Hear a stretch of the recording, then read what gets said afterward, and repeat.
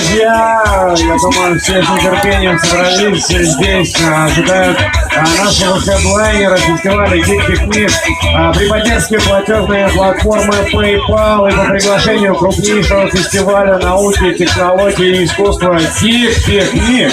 Самая долгожданная лекция этого года от главного разрушителя легенд Джейми Хайнемана. Последние 14 лет в рамках телешоу на Discovery Джейми и его соведущий Адам Сэвидж много лет проверяли самые интересные и нелепые городские мифы и легенды. Например, всегда ли падает бутерброд маслом вниз, или можно поджечь разлитый бензин с сигаретой. Сегодня легендарный исследователь приехал к нам рассказать о своих научных опытах, о том, как он учил русский язык, приехал к нам на Транссибирской магистрали, ну и, конечно, показать несколько редких видео. Встречайте Джейми Хайнеман, ваши аплодисменты!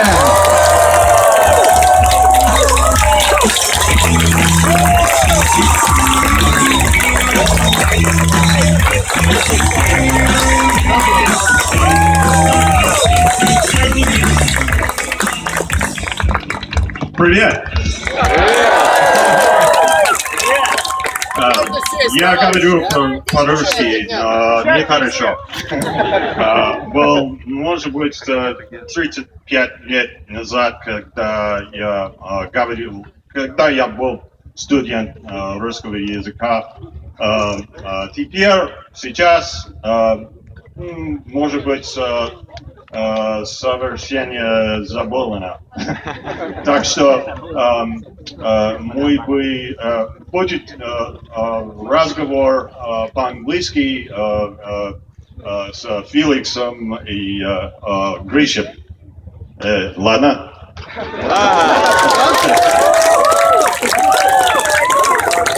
Спасибо. На самом деле, Джейми хочет поговорить с вами, и мы дадим эту возможность. Но сначала с ним говорю я. Чтобы вы получше его узнали. Language requirement for the degree. Для того, чтобы получить высшее образование и диплом, мне нужно было изучать зарубежные языки. And so I decided to pick a language, and I thought that, well, what am I going to do with French? Стал я выбирать языки и подумал, ну если французский, что я с ним буду делать?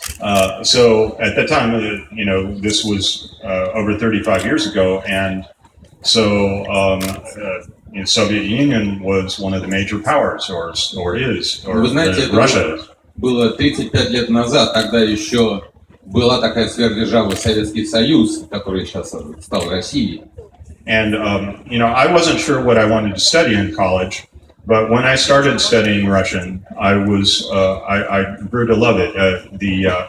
For me, learning the language or speaking the language was like playing chess. It was very intricate and precise and quite beautiful.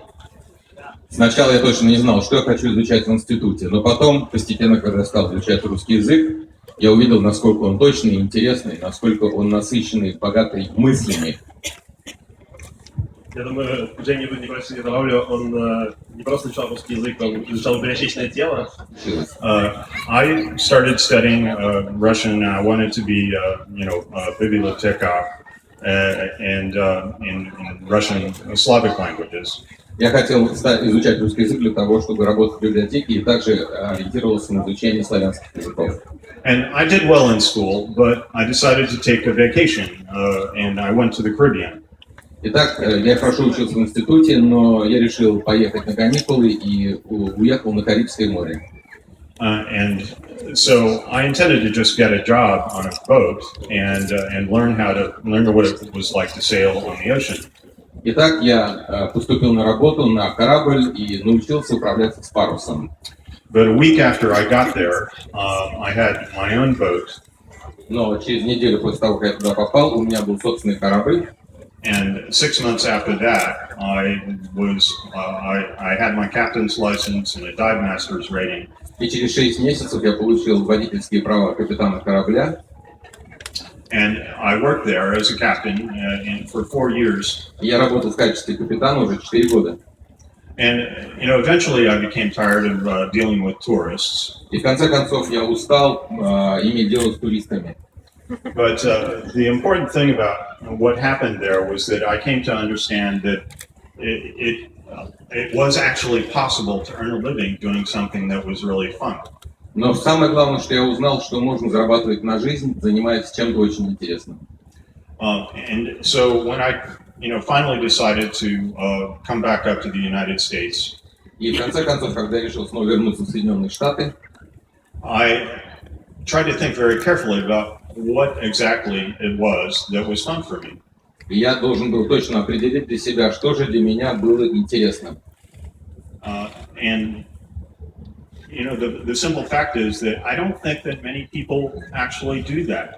You tend to choose a job that maybe you just evolved into it. You had a job through a relative and you decided to make a living that way.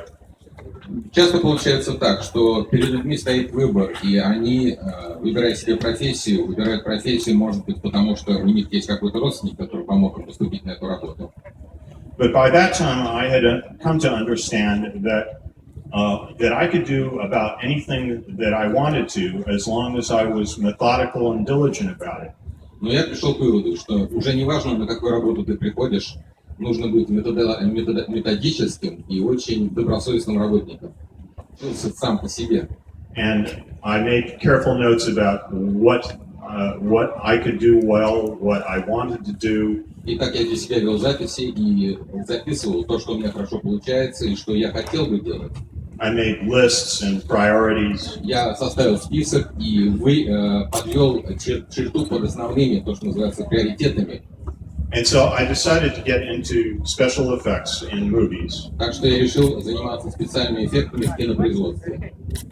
Because it was very creative. Потому что работа была очень творческая. It involved a wide range of materials and processes. Она привлекает огромное количество различных материалов и процессов. It was very hands-on. Это была очень практическая работа. And more than that, it actually reached a lot of people. И на самом деле это помогало познакомиться и общаться с большим количеством людей. There are a lot of creative things that you can choose as a way of making a living. Чтобы зарабатывать на жизнь, есть много творческих профессий. But with something like a sculpture or a painting, it doesn't reach as many people as film does. Дело в том, что скульптура или живопись, она не достигает такого большого количества людей, такой большой аудитории по сравнению с кино. And so I went about methodically getting my way into working in special effects shops in the United States. Таким образом, постепенно я стал приходить на работу и добился того, что стал работать в специальных эффектах в кинопроизводстве. And at this point, I think when I stopped working in making commercials and movies, И когда я уже занимался тем, что участвовал в киносъемках коммерческие рекламы или художественных фильмов, I had done something like 800 commercials and a couple dozen feature films. и при моем участии уже было снято 800 рекламных роликов и 2 дюжины художественных фильмов. And at that point, I guess things started to change because special effects became much more movie or more computer oriented. Но со временем происходил такой процесс, когда специальные эффекты переместились в области компьютерной графики. And so at one point, a producer, an Australian producer, came to me with this idea to do a show about urban legends. И в этот момент ко мне обратился один австралийский продюсер, который предложил сделать телевизионное шоу, посвященное городским легендам. And I decided to do that because the practical effects, as we know it, were starting to be fairly rare. И действительно это показалось очень интересно, потому что практический эффект оказался достаточно редким. Деньги.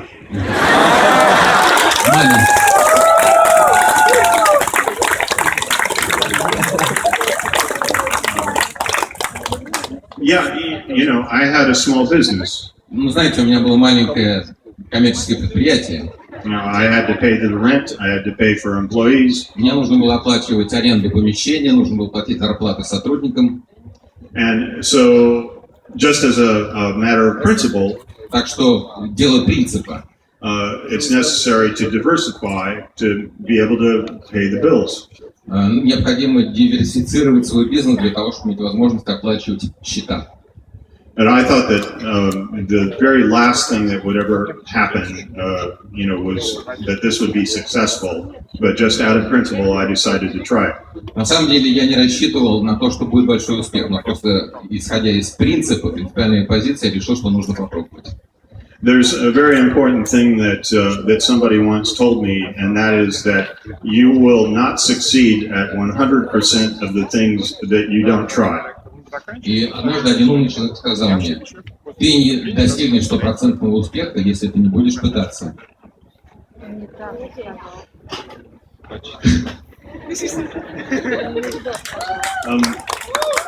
Я правильно понимаю, что, кроме того, что у вас был опыт делать спецэффекты, у вас не было никакого инженерного образования, никакого опыта в научных экспериментах, вы просто учились по ходу того, как вы делали шоу?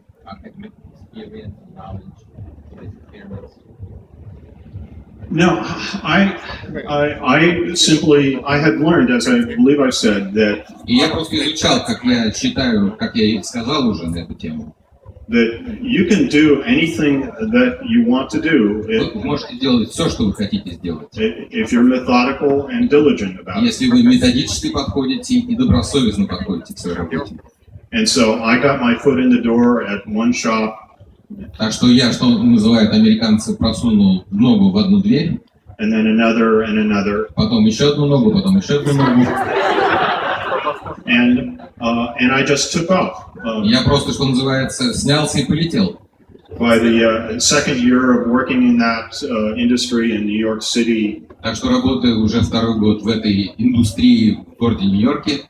I was working on major movies, Я работал на основных киносъемках. and then I moved to California where there were more. Потом уехал в Калифорнию, где было еще больше работы. And very shortly I had my own shop. И очень скоро у меня была собственная фирма. And at this point, I've pretty much taken over 6 shops that have come and gone because И в то время я практически сменил 6 помещений, 6 фирм, которые приходили и уходили. because these shops tend to work on project to project. Потому что эти, то, что называется мастерские или фирмы, они работают каждый над отдельным проектом. And I understood that if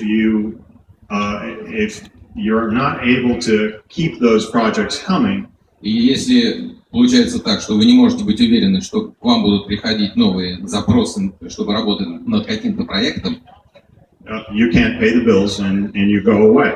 вы просто не сможете оплачивать расходы, счета, и вы вынуждены будете уйти. And so that's why I ended up in Mythbusters. И вот почему я оказался в «Разрушителе легенд». Our least expensive Самый дешевый was whether you fail a drug test with poppy seed bagels. это когда мы с Филом делали бублики с Да помолчи маком. тоже, ну чего вы? И этот стоит, может быть, $3. My most expensive, I think, Самый дорогой эпизод, would have been in the neighborhood of $100,000. он находился примерно в диапазоне $100 тысяч. But really, it goes all over the place. We found that Discovery, they would, if we had a good idea. И, в принципе, цифры варьируются очень широко, в котором я работал, и там будут проводиться научно-исследовательские разработки. And basically, I didn't get filthy rich out of this. На самом деле, я не стал, как американцы называют, грязно богатый. But I have freedom of choice now. Так что у меня сейчас есть свобода выбора. Я могу работать на того, что я хочу.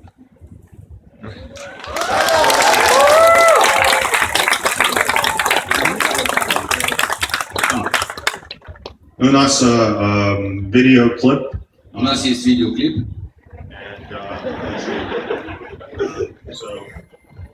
Было 25 лет, когда я знал Адам. И никогда не был раз, когда мы поддерживали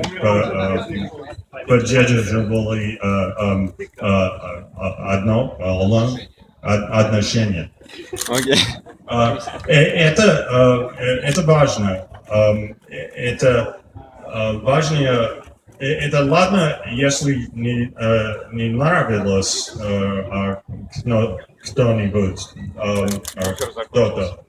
Но это важно иметь респект, уважение. And so the way that it worked with Adam and I was Так что, как это получалось между мной и Адамом, that we actually irritated each other quite a lot. мы достаточно часто раздражали друг друга. But we were able to maintain respect because we understood what each of us brought to the table in our own way. Но мы, тем не менее, поддерживали чувство уважения друг к другу, потому что знали, что мы оба привносим что-то свое, что называется, и выкладываем на стол. And we found that it was interesting that the very thing that made this difficult, И то, что составляло особую трудность в данном случае, the very thing that we didn't like about each other was a strength. и что нам не нравилось друг в друге, это сила. Because it allowed a kind of binocular vision, Потому что это позволяло, что называется, использовать бинокулярное зрение or perspective или чувство перспективы, on a problem. Чувство смотреть на проблему, на задачу с перспективой.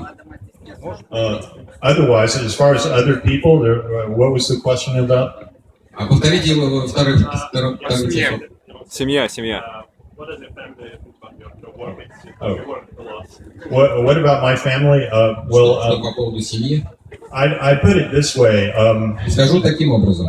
With both Adam and I, Для нас обоих, для меня и для Адама, if we call home to our wives in the middle of the day at an unusual time, если мы позвонили домой в середине дня в необычное время жене, надо сказать,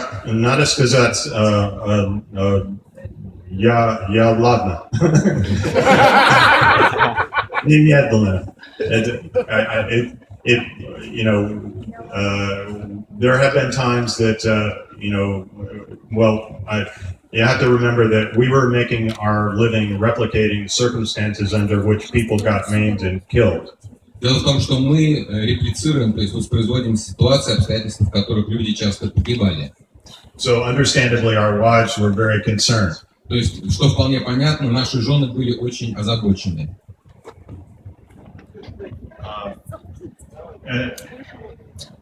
Это интересно, потому что actually, I'm sorry. We'll just flying that plane was something that was representative of the kind of story that I did not like. Дело в том, что управление этим самолетом воспроизводило историю, которую на самом деле я не любил. Because they were doing that just because they thought it would be popular. Они, организаторы, думали, что если сделать такую историю, она будет популярной. They fabricated what amounts to a myth that this was the most difficult plane to fly. Они, что называется, воссоздали миф о том, что этот самолет самый сложный для управления. But I was like, compared to what? А я спросил, а с чем сравнили? What other planes did they test? Какие самолеты они тестировали по сравнению с этим самолетом?